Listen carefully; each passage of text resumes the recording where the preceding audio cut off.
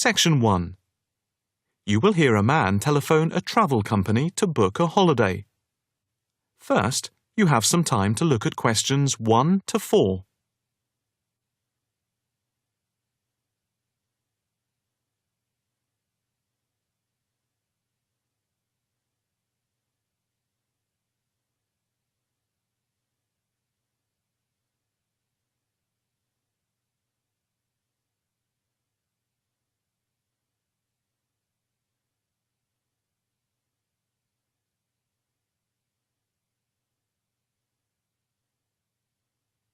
You will see that there is an example which has been done for you.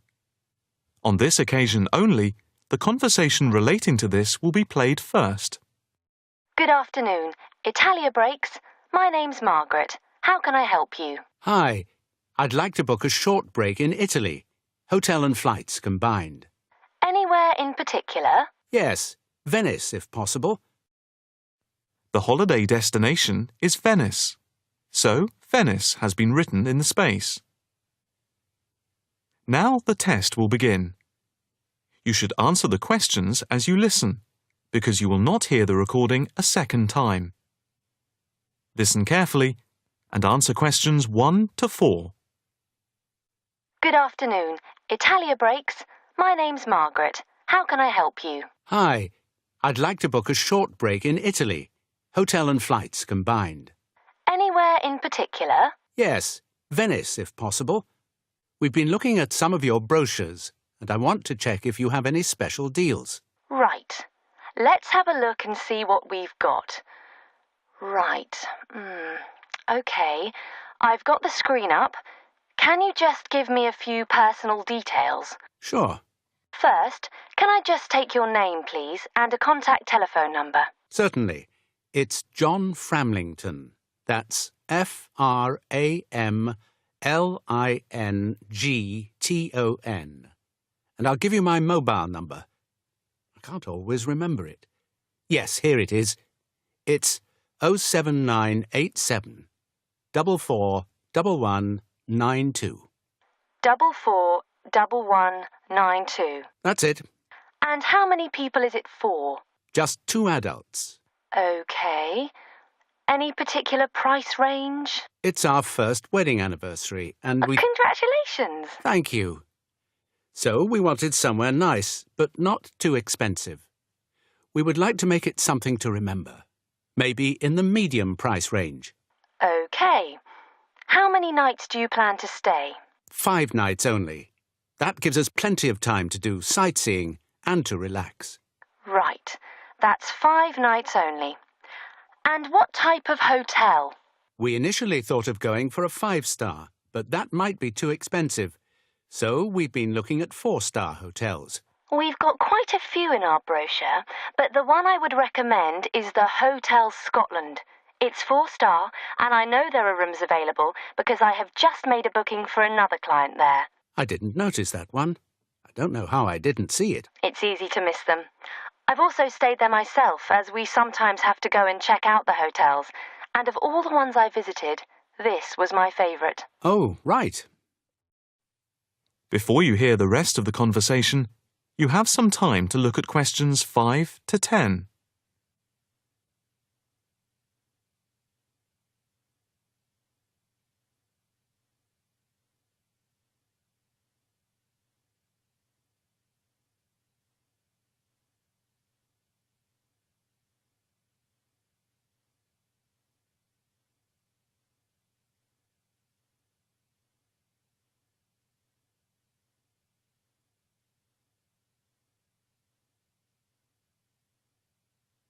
Now listen and answer questions 5 to 10. What's the hotel like? It has a courtyard for breakfast. It's got 50 rooms. It's just been renovated, and so it's very stylish. Is it in the brochure? It's on page 63. Ah, yes. I can see it's right next to the railway station. But what appeals to me most of all is that the hotel's very convenient for all the water buses. And the idea of having a terrace with the room I really find very appealing. These are big pluses. It's probably the most central hotel we have. You might think it would be a bit noisy as it's in the main commuter area and a place where tourists go. But from experience, I can assure you the hotel is very quiet. Most of the rooms are facing away from the main thoroughfare. Can you tell me when you'd like to leave? The 17th of March. Coming back on the 22nd. OK.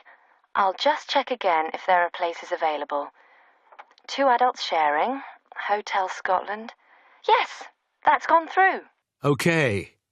And how much is the break, including flights? There's a special rate at the moment because it's off-season. For 5 nights, let's see, it's £716 for a double room and flights. That includes airport taxes, but not insurance. Each? No, for 2 adults sharing. That doesn't sound too bad at all.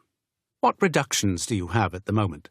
Well, if you make the booking before the 17th of February, you get a further 15% reduction, subject to availability. That's a big saving. Yes, it makes the price very reasonable indeed. Do you need travel insurance? Yes, I suppose we better had. For 7-day cover for both of you, it's £17.88. OK. Do you want to book today? I think we should, but can I just check with my wife? Can you hold the booking for me? I can hold it until 1 p.m. OK, that's fine. I'll get back to you immediately. I'll just give you a reference for the reservation. OK. It's FAPSJM15. Thanks. I'll get back to you as soon as I can, and definitely before 1 p.m. This is too good an offer to miss. That is the end of Section 1. You now have half a minute to check your answers.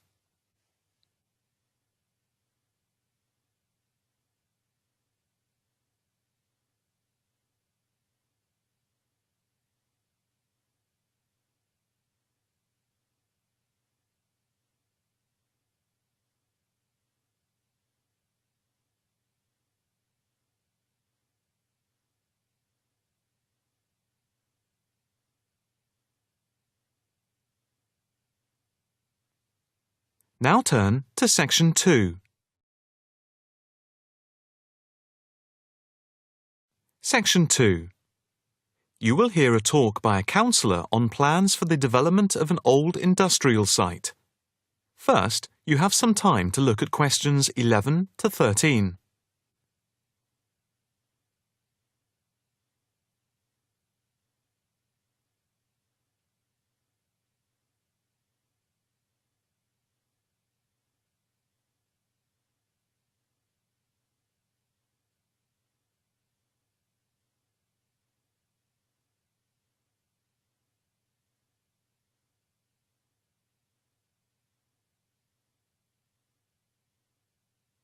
Now listen carefully and answer questions 11 to 13. Good afternoon, ladies and gentlemen. My name is Councillor Norma Boyd, and welcome to this exhibition about the development of the old paper mill factory and gasworks site, which has been lying unused for more than a decade. There has been pressure on the council to use the land to build a training centre and a small business park.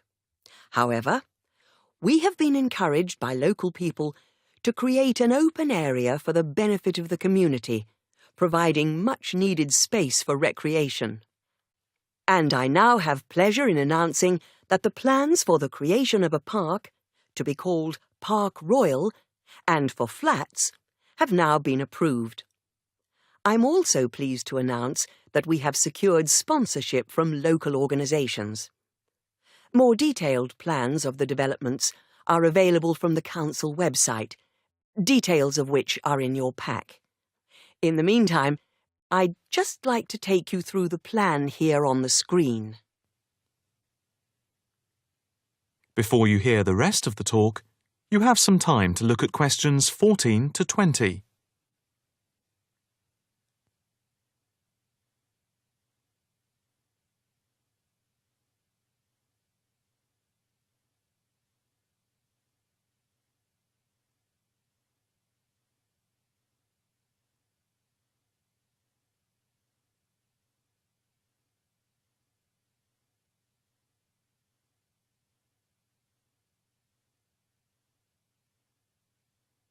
Now listen carefully and answer questions 14 to 20. If we start here at the bottom, you can see Parkside Street, where the main entrance to the park is. On the left of the entrance, in the bottom left-hand corner of the plan, there will be a block of 40 studio flats. On the other side of the entrance, there will be some workshops for local businesses. There will also be another entrance here, on the top right, which leads into Pear Street. Here, in the centre of the park, we will have an ornamental lake with paths radiating north, south, east and west to the different areas of the park. In the top right-hand corner, just by the Pear Street entrance, there will be a large sports area with 2 football pitches and 4 tennis and volleyball courts. Just here, beside the pitches, on the same side of the path, will be an outdoor swimming pool. Now, in the top left-hand corner, a walled flower garden is planned with a rockery and a water feature with walkways, seats and lots of shady areas for the summer. Next to this, a sculpture garden is also planned. Now, let's see. Just here, below the walled garden, there will be a grassy amphitheatre with a permanent covered stage for open-air concerts. We hope that local schools and colleges will use this theatre to showcase student work. In the bottom left-hand corner of the plan, you can see that above the block of flats there will be a play area for children, and directly to the right of this, just near the main entrance, there will be a wild area. More trees will be planted here, and in the middle will be built an educational centre for use by local schools to encourage children to take care of the wildlife and look after the trees and plants. And finally, in the bottom right-hand corner of the park will be a cafe, opening on to Pear Street. And now for questions. If anyone would like to ask anything, I and my colleagues are only too happy to oblige. Yes, the lady in the front row, if I could have your... That is the end of section 2. You now have half a minute to check your answers.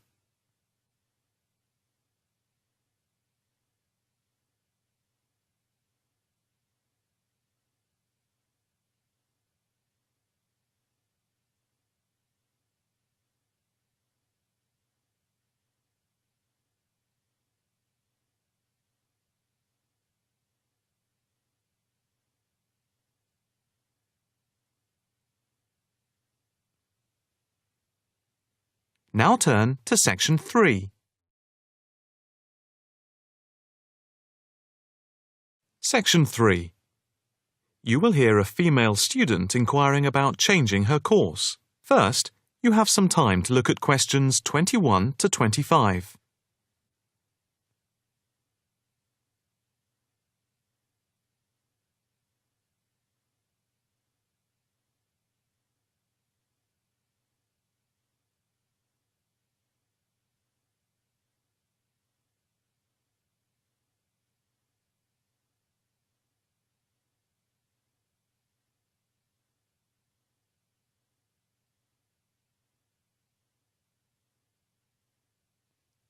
Now listen carefully and answer questions 21 to 25. Hi, my name is Rosanna McLaren. I'm a bit early, but I have an appointment to see the assistant registrar, Andy Matthews, at 10 a.m. Hi, I'm Andy Matthews. Nice to meet you. Nice to meet you. My tutor advised me to come to see you about changing my course. Yes, I've had an email from your tutor, David Vine. Let me just call it up. Here we are. It says, Tutee Rosanna McLaren is on the Wednesday part-time course and wants to change to the distance learning programme. Have you any problems with the course itself? Oh no, I love it. I think the course is really worthwhile. The theoretical sessions once a week on Wednesday from 10 a.m. to 3 p.m. are really good. You have 2 2-hour sessions then? Yes, that's it. And I have to say, I think the practical session from 4 through to 9 in the fashion workshops are also good fun. But I am finding it all very tiring, and it makes me too exhausted for my work on Thursdays and Fridays. You work the other 4 days of the week. Yes, and some Saturdays. I see. So, what do you want to do? I'd like to change to the program with the distance learning component instead of the Wednesday sessions. Yes, that is a possibility. I see from your tutor, Dr. Vine, that he has no problem with this, but you realise it's possible you'll have a different tutor. Yes, I'm aware of that. It's a shame because he's a very good tutor. What do I need to do now?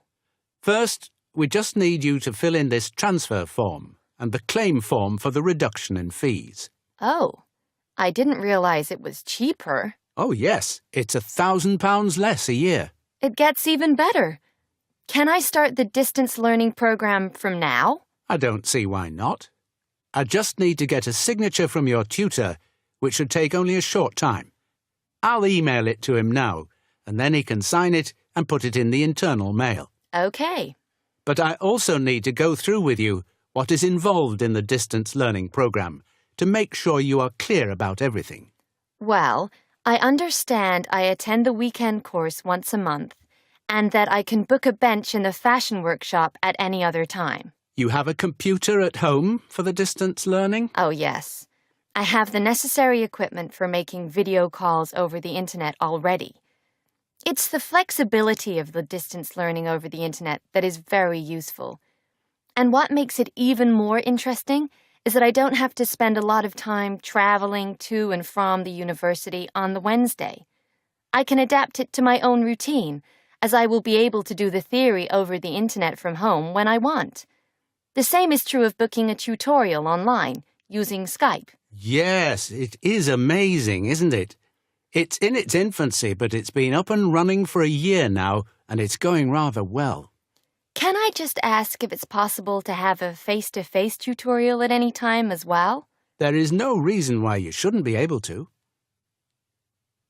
Before you hear the rest of the conversation, you have some time to look at questions 26 to 30.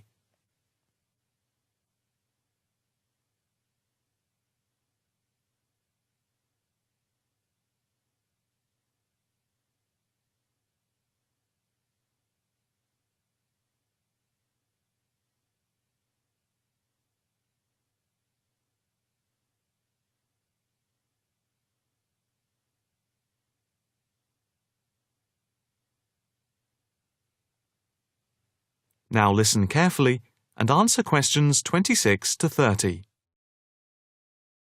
What about the assessment for the distance learning? I take it that it's the same as for the other program?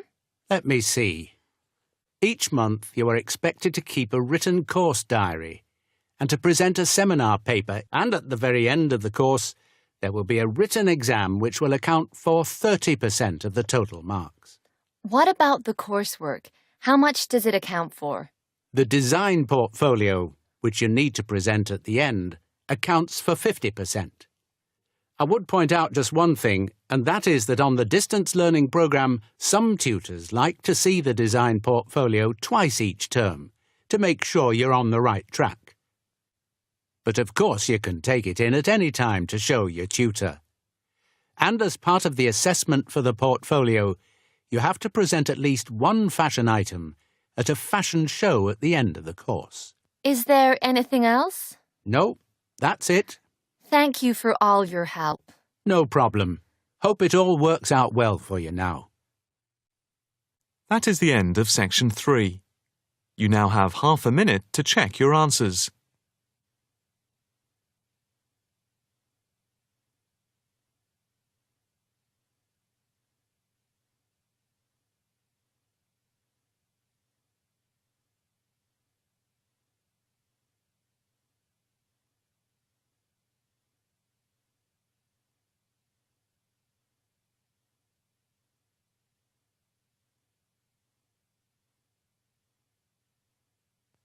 Now turn to Section 4.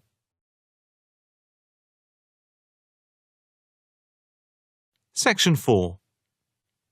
You will hear a talk on the effect of architecture on people's mood.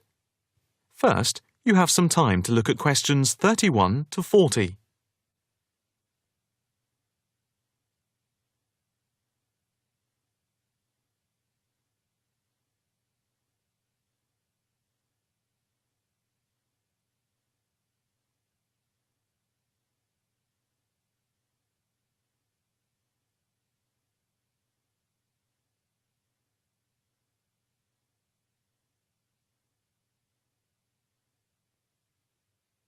Now listen carefully and answer questions 31 to 40.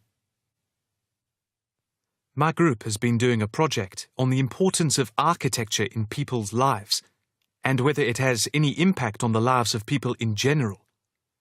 The main part I have played is in the collection of data to find out what effect, if any, various buildings have on people's mood, i.e., whether ugly buildings make people unhappy and whether beautiful buildings do the opposite.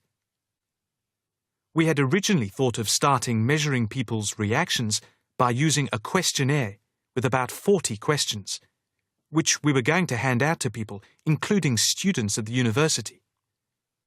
But we were worried that doing the questionnaire would be too time-consuming for people to fill in, so we gave up the idea. I then asked several of the postgraduate students for advice. One of them came up with the simple idea of showing people images of various buildings from different eras and styles, instead of giving out the questionnaire, and asking them to indicate how they felt on a scale of 1 to 5 about the images, where 1 was unhappy and 5 was very happy. People would also be given the option of not saying what they felt. Using the scale meant that it would be much simpler to record people's reactions. I decided to follow this advice, and so the first stage was to collect a large number of images. I used Google to print off colour images of views of houses and apartment blocks where people live, and different types of buildings where they work. I started with about 30 or 40, and then reduced them to 10 images. Media resources in the Amory building at the Judd Street branch of the university helped me produce the final images. I had them blown up to A4 size, and we used colour rather than black and white to make the detail on the images clearer. We made 5 sets of images, and for protection when handling, we pasted the images onto hard card. Then, using a machine to wrap them with plastic, we laminated the cards. 5 of us targeted different age groups. We went to a local school where we obtained permission to ask a group of teenagers between 11 and 18. We also asked a sample of the general public, including tourists from all over the world, as they exited the Tate Modern in London, what they thought. We aimed to ask people from different age groups, namely 20 to 40 and 50 and over. What our group learnt most from the project was first of all the value of teamwork. And secondly, we found that we had to appoint a leader to stop us pulling in different directions and falling apart. So this turned out to be an invaluable lesson for all of us. As to the findings, for us they proved intriguing. In the end, the sample consisted of 311 respondents. I thought initially that people wouldn't be interested in taking part. With the youngest age group, their reaction was very mixed. It was clear that the youngest group had no pattern of preference at all, as they frequently gave no reaction to the pictures. For the 20 to 40 age group, we found that they tended to score more in the middle range, around 3. We found that out of the 3 groups, the most likely to be favourably affected by the images, that is, they were more likely to score the images as 5, were those aged 50 and above. And nobody in this age group failed to say what their reaction was, which was unique for the 3 groups. In total, I have to say that about 71 people indicated that they had no reaction at all to an image. Our general conclusion is that we need to find out more about why people react as they do, by perhaps giving them a chance to give reasons for their decisions. I would like to finish there and give my teammates a chance to add anything I've missed or take any questions or suggestions. That is the end of section 4. You now have half a minute to check your answers.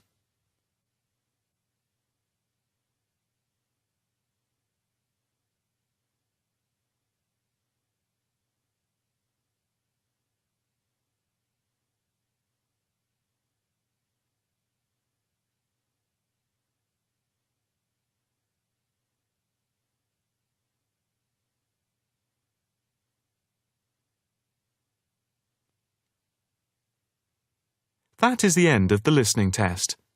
You now have 10 minutes to transfer your answers to the listening answer sheet.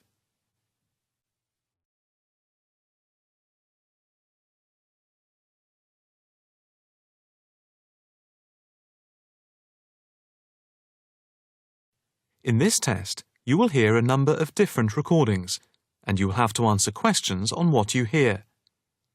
There will be time for you to read the instructions and questions, and you will have a chance to check your work. In the IELTS listening test, the recordings will be played once only. The test is in 4 sections. At the end of the test, you will have 10 minutes to transfer your answers to an answer sheet. Now turn to section 1.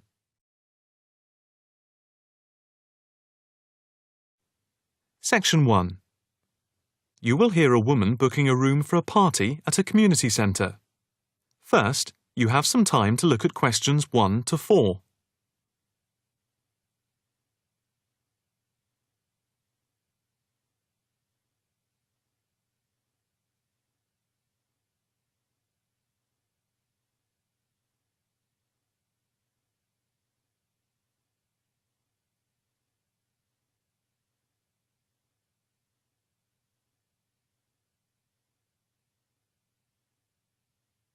You will see that there is an example which has been done for you.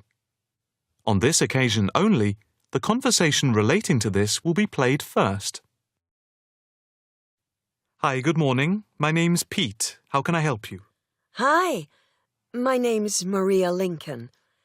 I understand you hire out rooms in the community centre as venues for parties? The woman's first name is Maria. So, Maria has been written in the space. Now, the test will begin. You should answer the questions as you listen, because you will not hear the recording a second time. Listen carefully and answer questions 1 to 4. Hi, good morning. My name's Pete. How can I help you? Hi, my name's Maria Lincoln. I understand you hire out rooms in the community centre as venues for parties? Yes, we do. We've various sized accommodation. It depends on what you're looking for, really. We're looking to hold a party, a children's birthday party, and we need a room that will hold about 70 people, with space for a small disco area, games, dancing, and food. Well, we have a large room, and it would certainly hold at least 100 people comfortably. It's used a lot for parties and things like that. That sounds as if it might be suitable. I've tried various venues, and they're either booked up or they don't hold enough people. Can you tell me when you were thinking of holding the party? I know it's short notice, but we wanted to hold it Saturday week. That's September 15th. Let's have a look. Yes, you're in luck. The Mandela suite is free then. I'll just write that down. Mandela.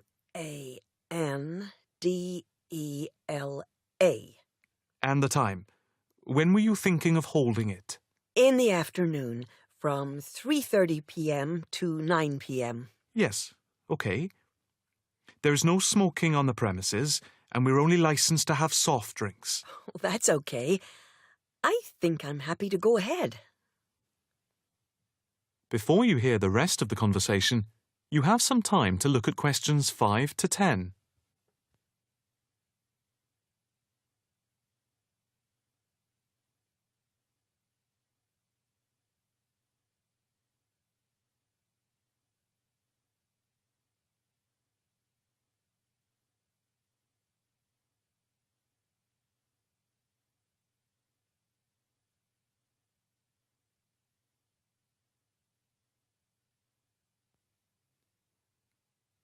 Now listen and answer questions 5 to 10. Can you just give your postcode?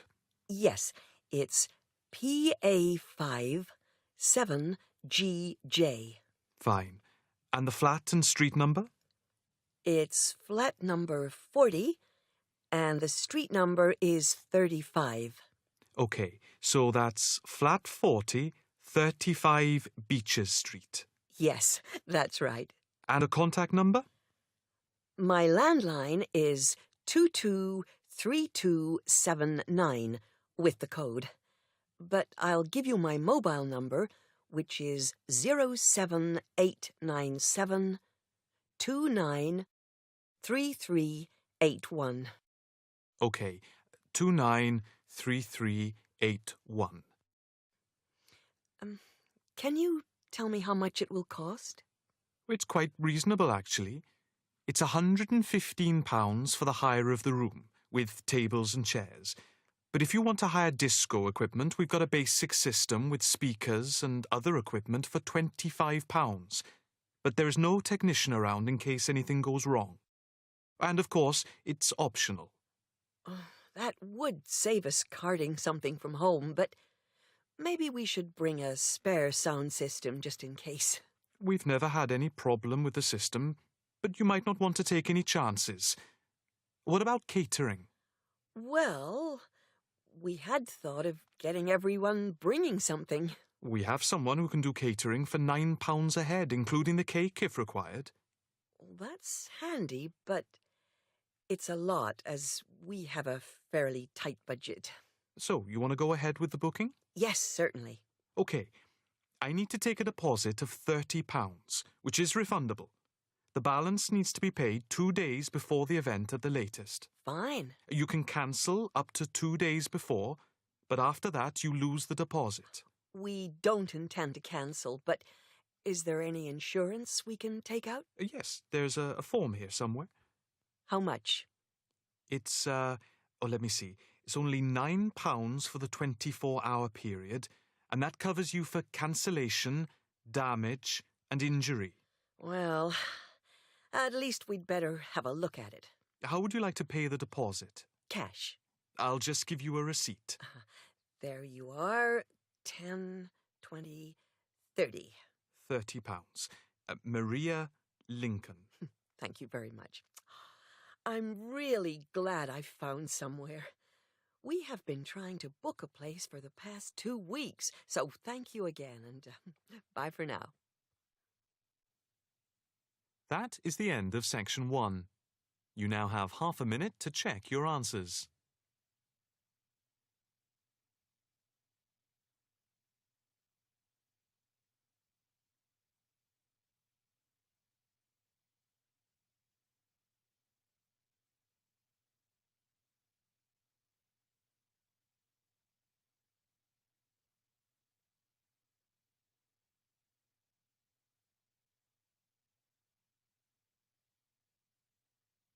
Now turn to section 2.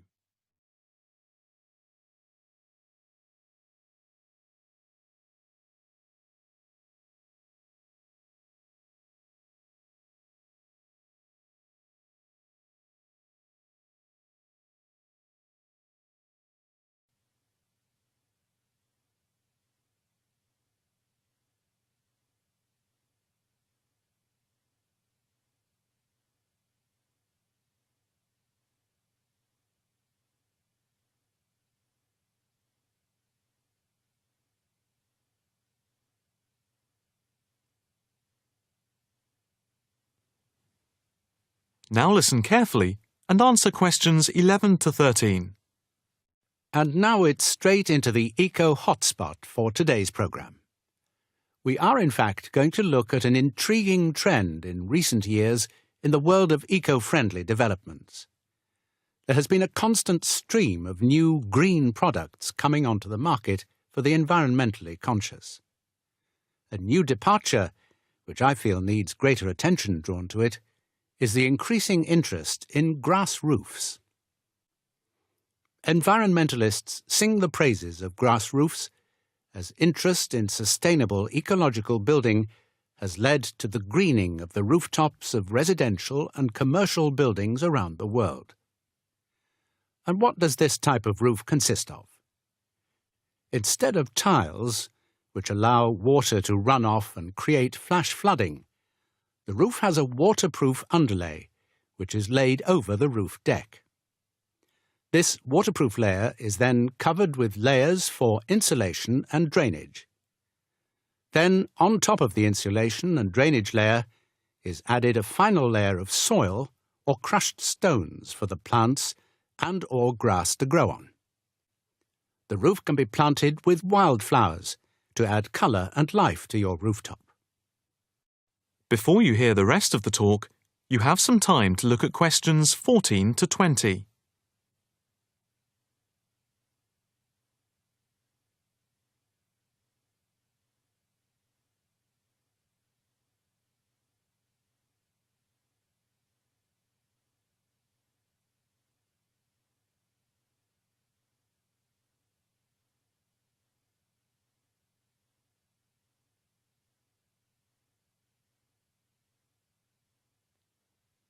Now listen carefully and answer questions 14 to 20. As for the benefits of grass roofs, in spring and in summer they're very pretty, as flowers spring into bloom. Moreover, in summer, grass roofs are of particular benefit in cities, because they keep any building cool by reflecting the sun's rays. In winter, the grass roofs insulate the building, helping to prevent heat loss. The roofs require little maintenance and are better than any other roofing material. They encourage biodiversity by attracting bees and birds, and they absorb water runoff, which helps prevent flash flooding. In fact, the gravel layer retains 71% of the rainwater that falls, thus helping to prevent flash flooding. In winter, the brown soil is a bit more evident, which can look unattractive if the roofs are not tended carefully. But that is a price worth paying, and I would say that they come highly recommended by those who have them. If you compare grass roofs with tiles, the latter do certainly look very tidy, but at a price to the future of the planet. The main drawbacks of tiles, though, are the water runoff and the absorption of heat from the sun's rays in summer. So, if we are to save the planet from the ecological point of view, tiles do not come recommended. The only roof that I can think of which has similar ecological credentials to the grass roof is the thatched roof. Thatched roofs are good insulators and very attractive, but very pricey and not ideal for cities. How can we make more of our roofs green? That is, how can people be persuaded to install grass roofs? The World Green Roof Conference in Australia was a very good start. At a grassroots level, the best way to raise the profile of grass roofs is to make them trendy by highlighting them in fashionable magazines, so that people begin to feel that they cannot do without them. But the idea I like best is holding competitions for the best designed grass roofs. Next week, Eco Hotspot is going to look at... That is the end of section 2. You now have half a minute to check your answers.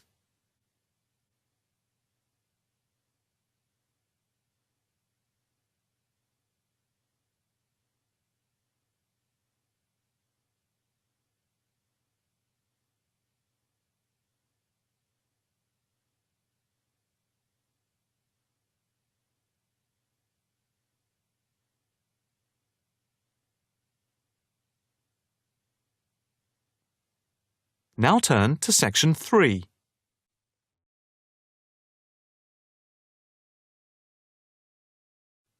Section 3.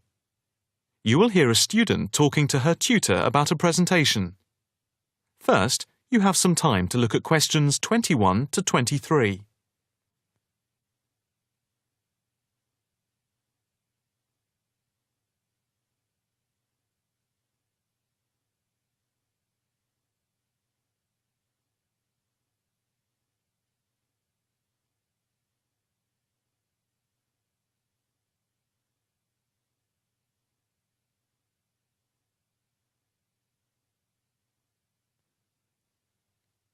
Now listen carefully and answer questions 21 to 23.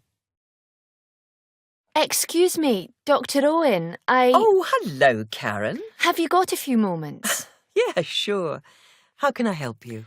Well, I've had difficulty finding data on the original question, and I was wondering if I could change my paper to Investment in Knowledge, comparing some European countries with the United States, and then with others throughout the world, including the OECD average. I found lots of data by way of graphs, etc. Where did you get the data from? From various sources, books and journals. How are you going to present the material? I am going to use the electronic whiteboard as suggested and do a blend of graphs, pictures, text and podcasts to illustrate my presentation. It sounds very impressive. Yes, let's hope the whiteboard works. But I'm also going to have a PowerPoint presentation for a backup, just to cover myself. A backup is a good idea, but it's a lot of work doing everything twice. It is, but at least I'll have experience of both. Before we talk about how to use the data I've selected, could you give me the names of a few websites I should look at for more specific background material? When you type in anything to do with knowledge, there are millions of sites listed. Before you hear the rest of the conversation, you have some time to look at questions 24 to 30.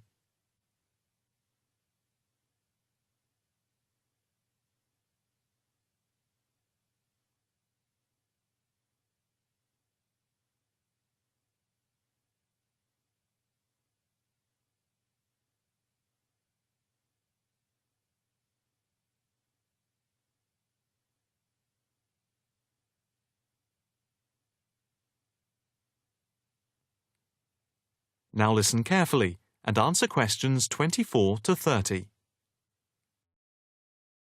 Let's see. Oh, I'll print you off this list.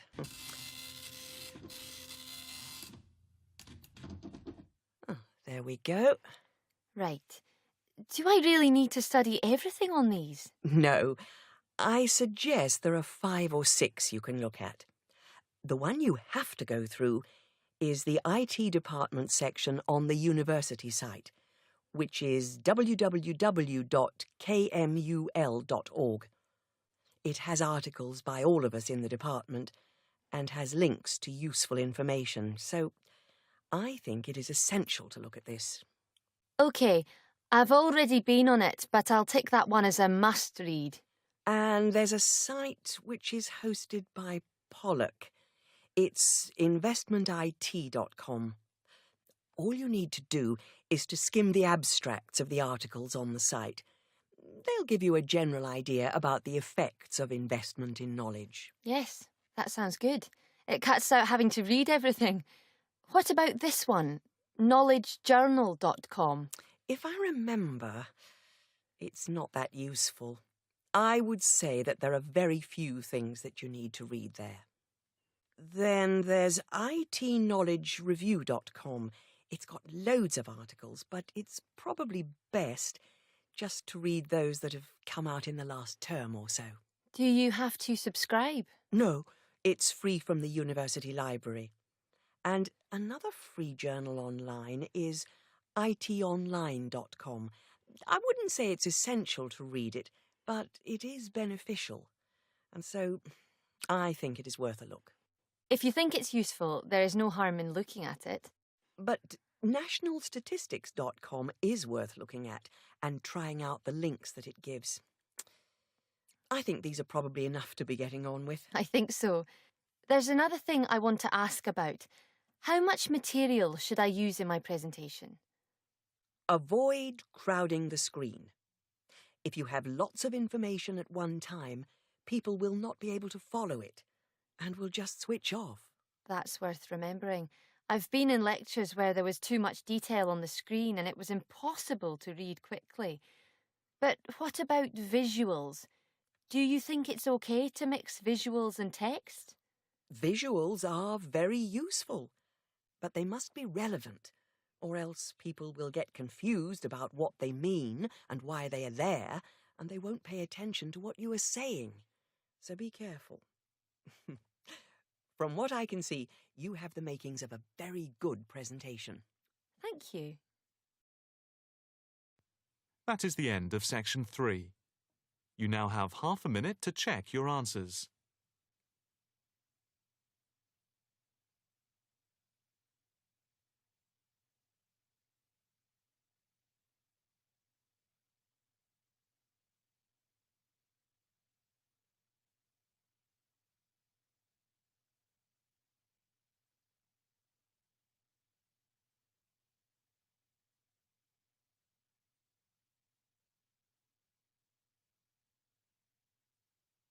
Now, turn to section 4.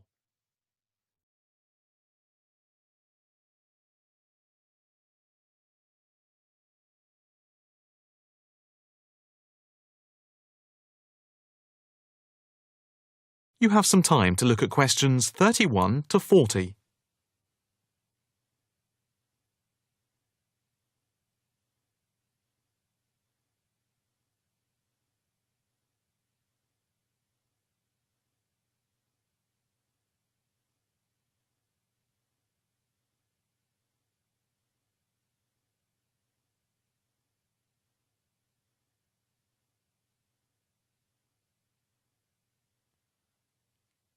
Now listen carefully and answer questions 31 to 40.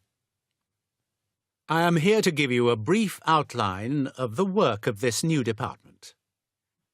The Department of the Printed Word has a very short history, having been created just 10 years ago. Some statistics to start with. The first intake of undergraduate students consisted of 20 students, which rose to 37 in the second year. And we now have about 50 in the first year, doing a wide range of courses, full and part-time. We have a thriving research department, with 17 students on the taught MA course and 7 students doing research full-time. In all, we have 9 full-time lecturers and 16 part-time lecturers who work mainly, but not exclusively, in our evening department. Of the total student body, approximately 21% are from outside the country, a number which has been increasing steadily over recent years.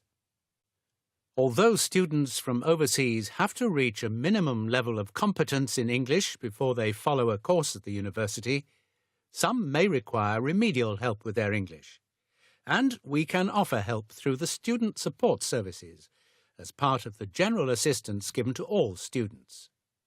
For home students, both graduate and undergraduate, there are bursaries to help with travel and accommodation, for which I would advise you to contact Mrs. Riley at the end of this session. Increasingly, we are forging external links with organisations in the publishing world, and we have been very fortunate in that we have received money to sponsor not just various students within the department, but also technicians and lecturers. Each year we hold a series of lectures which are given by external speakers in the world of printing and the media. The series of workshops that you see around you have been built thanks to a very generous donation which has allowed us to develop our facilities for bookbinding and restoration. Now, the main work of the department relates to teaching the mechanism of printing. And as most printing is now so highly technological, all our students have to be computer literate. For those of you who are interested in taking a module in this department from another department, and who feel that you may not have the necessary computer skills, don't let the technology put you off. We have a number of specialist technicians who can support and deliver crash programs in the computing technology required. As long as you can switch on the computer, you are halfway there. We have what can only be called state-of-the-art facilities, especially for those wishing to move into the publishing world, working not just as printers, but also in editing, page design, layout, and bookbinding. With the extensive facilities we have for book restoration, some of our former students are now employed as expert book restorers and conservationists, skills which were once almost dying out. In the display, you will notice samples of work on book cover design. And as well as having all the necessary computer programs for dealing with printing, we have some old printing presses. Despite being largely a modern department, we do have an increasing interest in research into the history of the printed word, ranging from early European to Chinese and Japanese printing techniques. We have in fact some very well-known experts on early printing in Europe in the 15th and 16th centuries. If this area appeals to you, you can talk to Dr. Fred Clare afterwards. From China, we're lucky to have as a visiting lecturer Dr. Yu, who is an authority on early Chinese manuscripts and printing machines. If you are thinking about doing a module with us, or you are interested in doing research after you have finished your first degree, the person to talk to is Professor Clarkson, who will be able to give you all the details. For postgraduate research, you should really be thinking about applying now, even though we are only in December, as the department now attracts large numbers of people, and we always have many applications for each research position. That is the end of section 4. You now have half a minute to check your answers.